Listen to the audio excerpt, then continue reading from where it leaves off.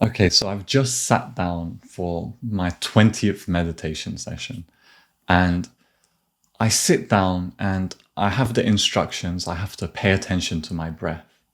When I try to pay attention to my breath, I feel this anxiety and this anxious knot in my chest. I feel like I'm out of breath. I feel a lot of frustration and anger, and I just can't sit still. And this was when I first started to meditate, and this lasted around a year. I was just kind of flailing around, trying different methods, not really being able to sit still, not really reaping any of the benefits that I'd heard about meditation. But instead, I was just feeling kind of anxious, nervous, and unsuccessful in my meditative pursuits. And now I've meditated around 100 hours, and I want to share what I've learned in my journey, going from someone who was awful at meditation to now being able to sit in stillness for around 90 minutes without moving and having a very calm mind during my meditation. So I'm going to take you through all the different lessons and insights that really helped me along the way and shifted my perspective and got me out of that frustration, out of that anger, out of that confusion as well. So yeah, hope you enjoy this video. So like I was saying, I was trying different meditations and I was just playing around with things, but always leading to frustration. And that's when I settled upon open awareness meditation. So I would just sit there and try to be in open awareness for around like 60 minutes a day. I could only do about 30 minutes before I got bored or I got sleepy. And this is because I didn't really understand what it meant to sit in open awareness. And that's why I don't think it's recommended to a lot of beginners. First, beginners usually get understanding of the breath, but the breath and focusing on the breath just frustrated me so much. I basically, instead of doing that, I decided I wanted to sit in open awareness. But what would actually end up happening is I would spend 60, 40 minutes just daydreaming and call it a meditation session. And as you can expect, during this time, I didn't see any benefits of meditation because I wasn't actually doing meditation. I didn't understand what meditation was. I did open awareness, I did like inquiry-based meditation, and I just didn't know what concentration was.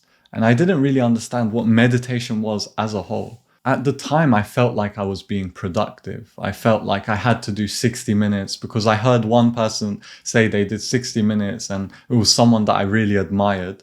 So I was trying to just copy and do what that person did. And without really knowing what's going on, it was kind of a mechanical motion. And I think a lot of us that get into meditation at the start are quite mechanical in the way we do it. We just have these instructions, we don't really question them too much, and then we are doubtful, but we don't question them beyond just like surface level doubt. We we are doubtful and then we just do the thing without really thinking about why we're doing it or without really understanding or investing into why we're doing it. But I think my case was especially bad because this went on for months and months and months where I just didn't really, as I was saying, didn't gain any benefits from meditation. My mind was still chaotic. I didn't know how to be calm during meditation. I didn't even know what peace felt like during meditation. It was just long stretches of frustration, boredom, anger, and just confusion all round. So the first insight that really was transformative in my meditation journey was this idea that there is actually no boundary between your day-to-day meditation and your entire life. Your life is actually one long stream of meditation.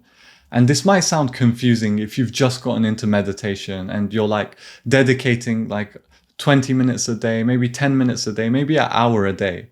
And you're like, this is my meditation time. But when I first realized this, when I first realized that meditation doesn't stop once you're out of the practice, it really it benefited my life and my meditation tremendously. So in your day-to-day life, there's times where you're present and then there's times where you're distracted, you're unaware, you're unconscious. And this is the process of meditation. During your day-to-day life, coming back to consciousness, coming back to awareness is meditation. You're at times lost in thoughts, and at other times you're back. And another framing that really helped me put this into perspective was that of dreaming. When you wake up from a dream, when you're in the dream, you don't question the dream. You wake up and you gain perspective and clarity on the dream. You're like, wow, I was dreaming. Like, you recognize that that was a dream. And in the very same way, in your day-to-day life, when you're lost in thought, coming back, just like the meditative process, coming back into awareness is like waking up from a dream. And so you can imagine your life as just one long dream. 90% of it, your day is spent in dreaming and in meditation, and just like scattered around the day in specific moments, you can kind of wake up from that dream. You can gain perspective on your thoughts, on your mind, and kind of take a back seat to all of them. And this perspective really helped me kind of stop like distinctly separating the lines between meditation and your day-to-day life. There is no difference. And meditation is just a deliberate practice where you're kind of developing that skill. But you don't need to just do it while meditating. You can increase your awareness and kind of set the intention to be more aware during your day. So you don't have to be like, I'm going to meditate and then I'm not going to think about meditation for the rest of the day. And when I started to think about the whole day as one long meditation, my meditations really, really drastically improved, because I was practicing the skill of being aware, not just in one tiny period of the day, but spread out across the whole day. So I could really develop that skill. And now I want to talk about what skills you can actually develop. So I didn't understand what the different ways to develop the skill of meditation were, because it is a skill. It's something that you get better and better and better at with practice and with intentional focus practice. You can't just sit there and daydream for 60 minutes like I was doing and expect for your meditations to get better. There are actually things that you can do that improve the quality of your meditation and improve the quality of your life in general. So concentration is one of these skills that I was not practicing during my open awareness meditations. I was just sitting there daydreaming and I wasn't practicing concentration. So if you've been introduced to meditation, you will notice the first instruction that's probably given to you is to focus on the breath, to focus on the sensations going in and the sensations going out. And what this does is it actually helps you develop concentration. And how it does that is every time you space out, so you focus on your nose, and every time you space out, you bring yourself back and you'll remember the instructions or the intention that you had when sitting down. And that intention was, I'm going to focus on the breath. And so you bring yourself back and you focus on the breath, and that act of bringing yourself back is like doing like one rep in the gym, or it's like you're training the muscle of your mind, the muscle of concentration. So bringing yourself back is you get +1 to your concentration. You can view it like that. And that process is the process that I was previously judging myself for. So the actual thing that was causing my improvement, I was feeling guilty about. Like getting lost in thought isn't a problem. There are no problems in meditation. There's no real bad way to meditate when you understand this principle. Every time you bring yourself back, that's a good thing. Every time you get lost in thought, bring yourself back and also appreciate the moment when you come back. So this is a really subtle thing that I recently learned, where when you come back, if you appreciate and kind of show love for yourself for, oh, okay, I was like away for a bit and I'm back now. I'm conscious again. I'm aware again. When you provide like encouragement to yourself and your mind for that specific moment, you reinforce that behavior, and it allows you to basically, your mind will naturally be encouraged to want to come back into conscious awareness more and more and more. So really appreciate that moment and don't judge yourself for getting lost in thought. Of course, it's easier to do sometimes to not judge yourself than other times, but this was a really valuable insight that really changed my perspective and kind of got rid of that frustration and anger that I was feeling at the time. And another thing that helped me get rid of this anger was this idea of surrender. So concentration and surrender are kind of like two sides of the same coin. They're opposite, but they meet together to form meditation. It's a very interesting idea. So when you're concentrating, you're kind of focused like intently on something. You have like this conscious intention to focus on a specific thing. But surrender is the other half of the coin that kind of makes it a whole complete thing. Surrender means to let things be as they are. And that also means your concentration, to let your concentration be as it is, to not judge yourself for concentrating more or less, to not get attached to the outcome, to set a conscious intention, but then to surrender that intention to yourself. So you just surrender it, you let it go. And letting go and surrender is just so essential to having a good meditation session. Because you're going to be judging yourself. So many thoughts are going to be coming up, and you're going to be using your tool of concentration to come back to the breath.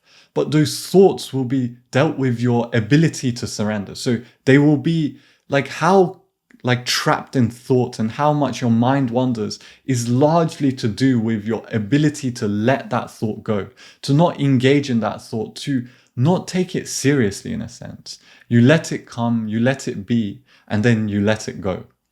And so surrender is an essential thing that takes a while to understand, especially if you come from a non-religious kind of atheist or secular background, where surrender and faith and these concepts are kind of foreign to your culture, to you. And so it might be difficult to understand what surrender means, especially if you spent your whole life doing things to get what you want. Surrender might seem counterintuitive. If I surrender, how can I meditate? If I surrender, how can I achieve the things that I want to achieve? How can I get the benefits? But it's something to just keep in your mind and practice. Practice letting go, letting things be as they are. That is the essence of surrender. And again, it's a scary thing, because if you think that letting things be as they are means being complacent, then you're not going to want to do it. But I'll just tell you this now, and this is what I've learned in my journey. Letting things be as they are is the source of the most growth that you will face in your life. And again, it's counterintuitive, but just test it out and get familiar with this idea of letting things be as they are. So the next things that I really learned were about the nature of thoughts and the nature of pain and discomfort during meditation. So thoughts are a very interesting thing. You're going to have thousands and thousands and millions of thoughts during your meditations and during your day-to-day life. And your thoughts are very, very elusive things. They come and they go, they slip, and some thoughts are stickier than others. Some thoughts are more enticing than others. Positive thoughts usually in their nature are kind of quick and they kind of are fleeting. They stay, they give you these positive feelings and then they leave. But negative thoughts capture your attention, they capture your identity, and they kind of stick you into the past or the future and take you out of the present moment. And so I understood during my meditation just how unrelated the thoughts are to who I actually am. And this might sound very weird, especially if you're in the beginning of your meditation journey. But as you watch thoughts, you really just start observing them as kind of separate entities to yourself. Thoughts just kind of do their own thing, and it doesn't really have as much to do with you as you would think. You keep falling into this dream of taking your thoughts seriously, like I was talking about before.